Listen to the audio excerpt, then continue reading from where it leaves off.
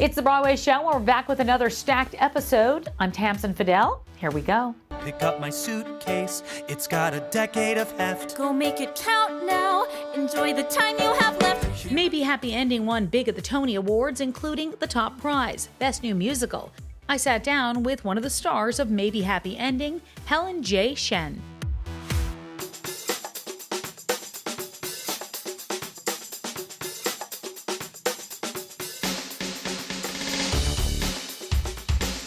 Maybe Happy Ending, but it's like maybe happy beginning for you in so many ways. Oh, that is such a lovely way to put it. I think it's been sort of around a year since I auditioned and did my first callback and found out that I was going to be going on this journey, and needless to say, it's been quite the year of just dream coming true after dream coming true. This is beyond anything I could have ever dreamed. I think even if I had tried to manifest something like this, it wouldn't have been even this good. The biggest dream was even getting to do it for an audience and bringing this incredible story and vision to audiences every night. And I get to do that 8 shows a week. I'm going tonight to do another one, and it just keeps surprising me and continues to teach me lessons about life that I just feel very grateful for. And then to have accolades and outside external validation on top is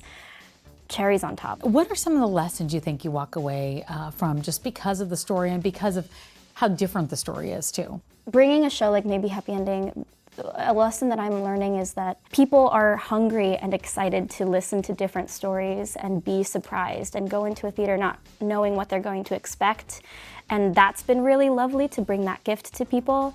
And then the piece itself has such beautiful musings about mortality and being grateful for the little things in life and the little moments, maybe that seem quiet on paper, but are the little gems of life that we can then point to and really, I think like our Firefly moment is a great example of when we stop to smell the roses and we stop to actually appreciate how beautiful life can be. That's how we can connect with other people. Where it started on Broadway to where it is right now, could you have imagined that when it came out of the gate?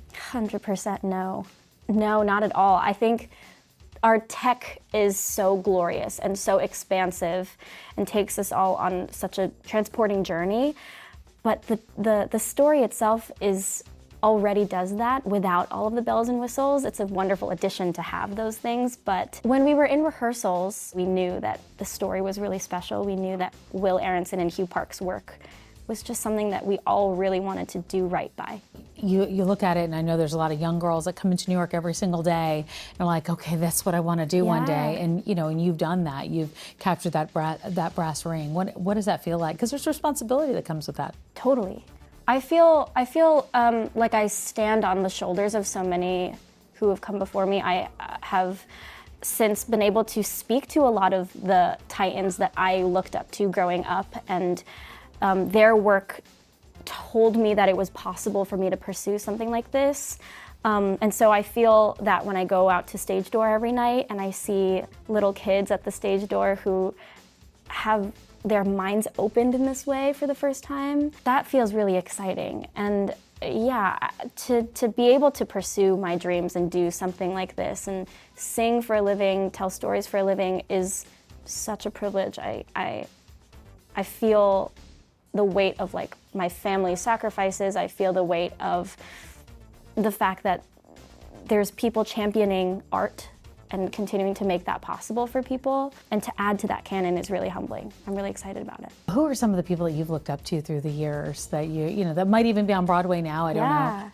I just saw Lea Salonga this afternoon, and she's a person who I have since been able to tell her how significant she was growing up. I mean, I wore that 10th anniversary VHS tape of Les Mis to its strings. Her Eponine was really a turning point, I think, for me and my family too. My family to say, oh, there is a path. It might be few and far between right now, but it's possible. It's not something that they have to imagine completely out of thin air. And Sarah Bareilles too, who's, I don't know, I love that she doesn't let any boxes or labels limit what she can do. She just lets the work and her passion fuel her and guide her. And so I've loved and since been able to tell her that too, who's come to the show.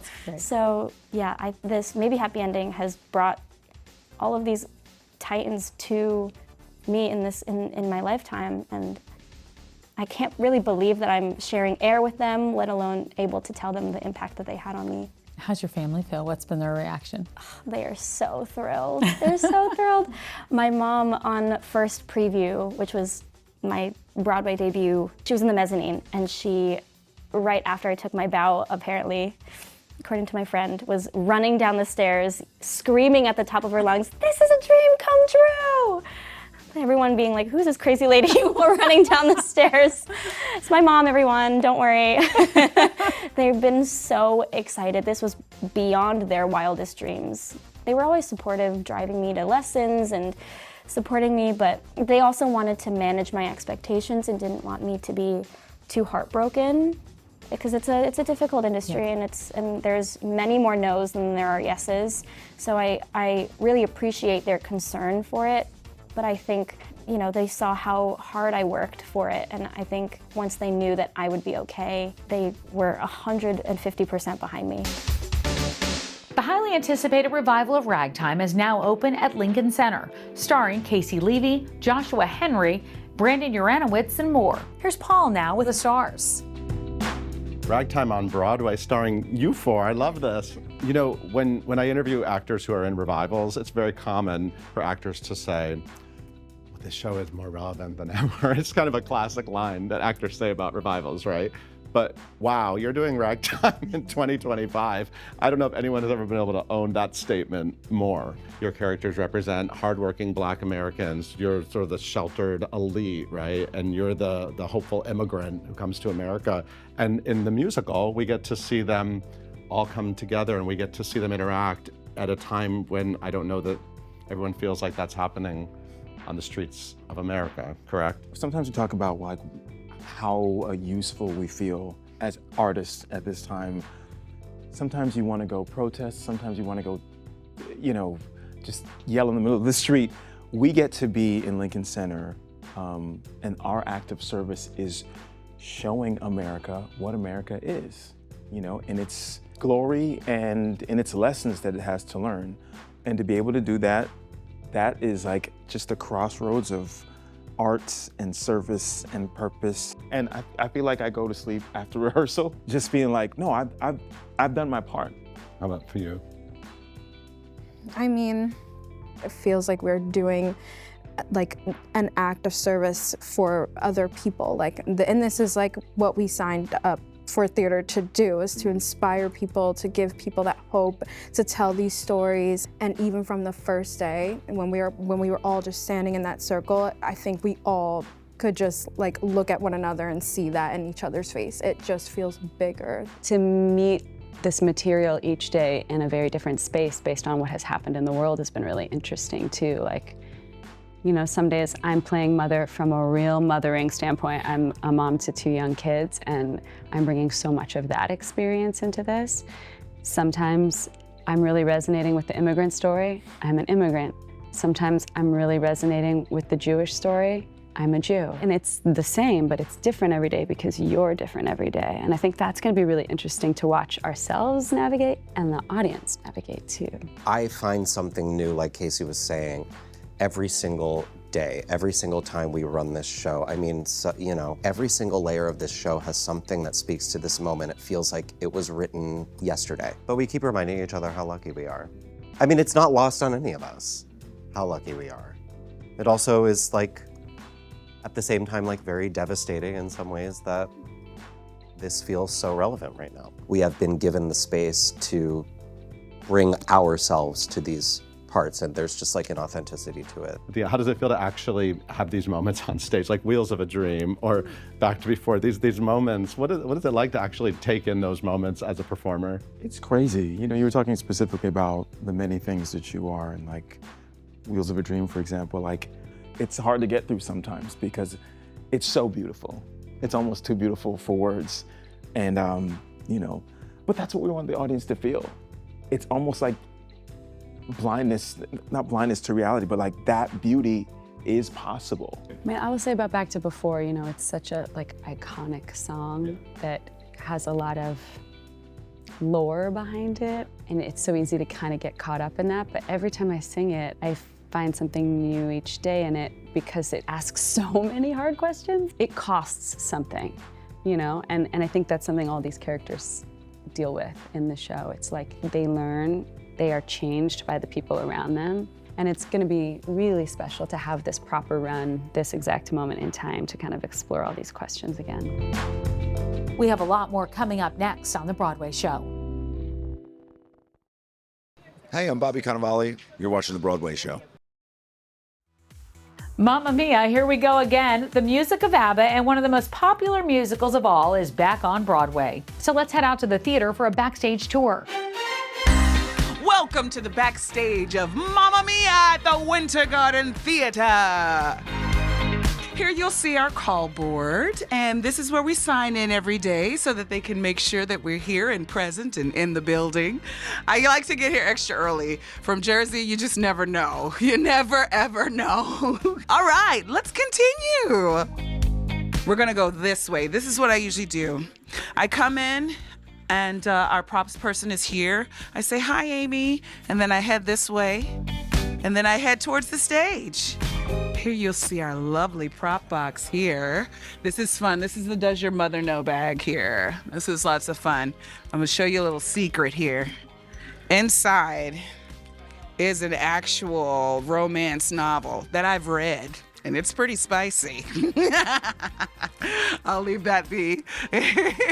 And then here is my hat that I wear and I throw and I toss, and it's stayed in pretty good condition too. It's really nice, very strong. This is the gondola area. This is where Team Sophie gets dressed. They are laying out the shoes. If you'll take a look, this is where they keep all of our Super Trooper and Dynamo jumpsuits there. They get their own gondola because they're pretty special. There's like 30,000 rhinestones there. Just a fun fact for you. So for the Super Trooper change, because it comes right after the bedroom scene, I have to have all of my stuff in like a certain area away from the madness. And this is my little jewelry drawer. You see, here's my jewelry there. Whatever goes into my ears. And then there's my bracelet, and then the full length mirror that we had to demand because I just didn't want to go out there looking crazy. This here, this beaded gown here, this is what I wear in Voulez-Vous. This is one of my favorite dresses. It hangs so lovely and it's so nice. And though I will give you a sweatsuit any day, I might put this on. I might put this on if I'm going out somewhere to eat.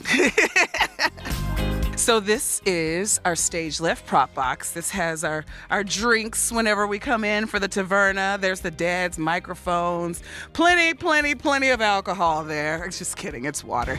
And get this right here is the piece de resistance here. This is all of my Louis Vuitton luggage as Tanya. You know, she's rich, so there you go. This is the vocal booth here. This is where our conductor is, and then you get your audio from there. And so the vocal booth is where our backstage singers come and sing sort of the background vocals. They make the sound much meatier and sound more fuller and everything like that, but they're really backstage live singing all of the background tracks. So back here singing, following all of this stuff, following all of the music and everything like that, making the experience wonderful and live. This is the Does Your Mother Know card. And if you notice, the umbrella actually matches the hat. It's got the same pom-pom and the same little flurry little thingies here. So there you go, coordinating. So in the show, Sophie is having a bad dream at the beginning of Act 2. And this is the bed that they roll her around on. It's really fun. And this bed is one that we use in the bedroom scene. This is in Donna's room. This is the mattress and the stool, and all of these things come out at once, and then they have about 10 seconds to set everything up, which I think is amazing. All right, so our friendship, Carly and Christine and I, we didn't really know each other until we started, but the friendship that we grew on tour and in real life really helps in the bedroom room scene. You can see the genuineness of just us playing around and having a wonderful, wonderful time on stage. Those girls, we're there through the good and the bad. So it really, really shows whenever we have our connection on stage and we're jumping around and falling down and running all over the place. So it helps. So this show is so special and wonderful. And for a lot of people, I don't realize, but for a lot of people, it's their very first time seeing a musical. It's their very first time seeing Mamma Mia. It's their very first time hearing ABBA music. And what is wonderful and special is when we go to the stage door and they tell us, oh my gosh, this is my first musical. It's the first time I've seen it. We loved it so much. It just does my heart good to know that we're bringing that joy to everybody that comes to see the show. It's why we do what we do. Awesome. Thank you so much for letting me show you around backstage at Mamma Mia. But now you guys gotta go. I got a show to do. Get out of here.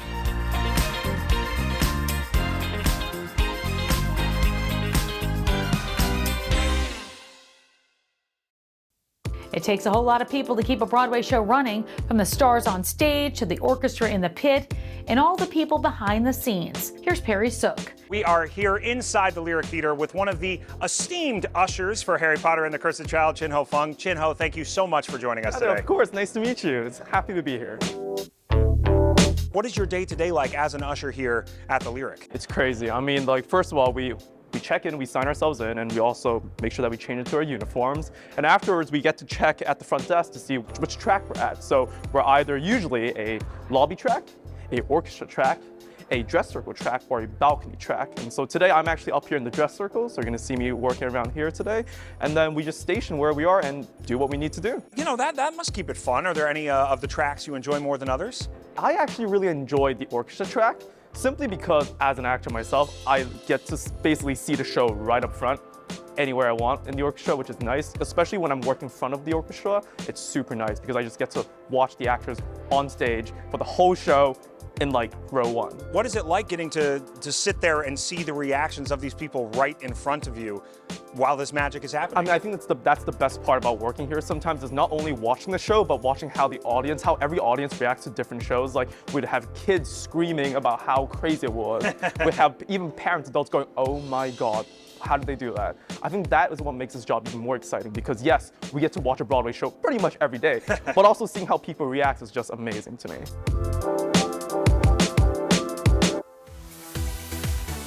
The screwball spy caper Operation Mincemeat is one of Broadway's most fun shows, and the musical's breakout star, Jack Malone, won the Tony this year for his performance. Here's an exclusive musical performance from the Broadway.com studio. Dear Bill, I'm afraid I've not got long to write. I'm off to Mary's, you know how she feels about bridge night. It's been a few days. I thought that I'd send a few lines. Next door's greyhound came into the garden this morning. I think he likes the roses. They're doing fine. I used some twine to tie them up and rein them in. I hope they'll bloom next spring, but you'll see that for yourself. I'm following the instructions you left in your note. Please devote all your time to their care. And I have done, I swear. Except for the talking, I'm not going to do that. 'Cause talking to roses is mad, and you knew that. When you whispered sweet nothings to flowers to make my dad cross and me laugh, and it did. And why did we meet in the middle of a war? What a silly thing for anyone to do. Your sister sends her love, of course, and your mother is the same as ever. Diana's piano is getting much better. Well, I say better. I really just mean louder, but as she tells me, that's pretty much the same. Well, it makes a change from all of the noise and the sirens, and sometimes from all of the silence. with 6 rounds of jingle bells. And we wish you a Merry Christmas, even though it is June. And it's been a long summer. That's all for now, but for tickets or if you want to see extended cuts of all these interviews, head over to Broadway.com. Until next time, I'm Tamsin Fidel, and this is The Broadway Show.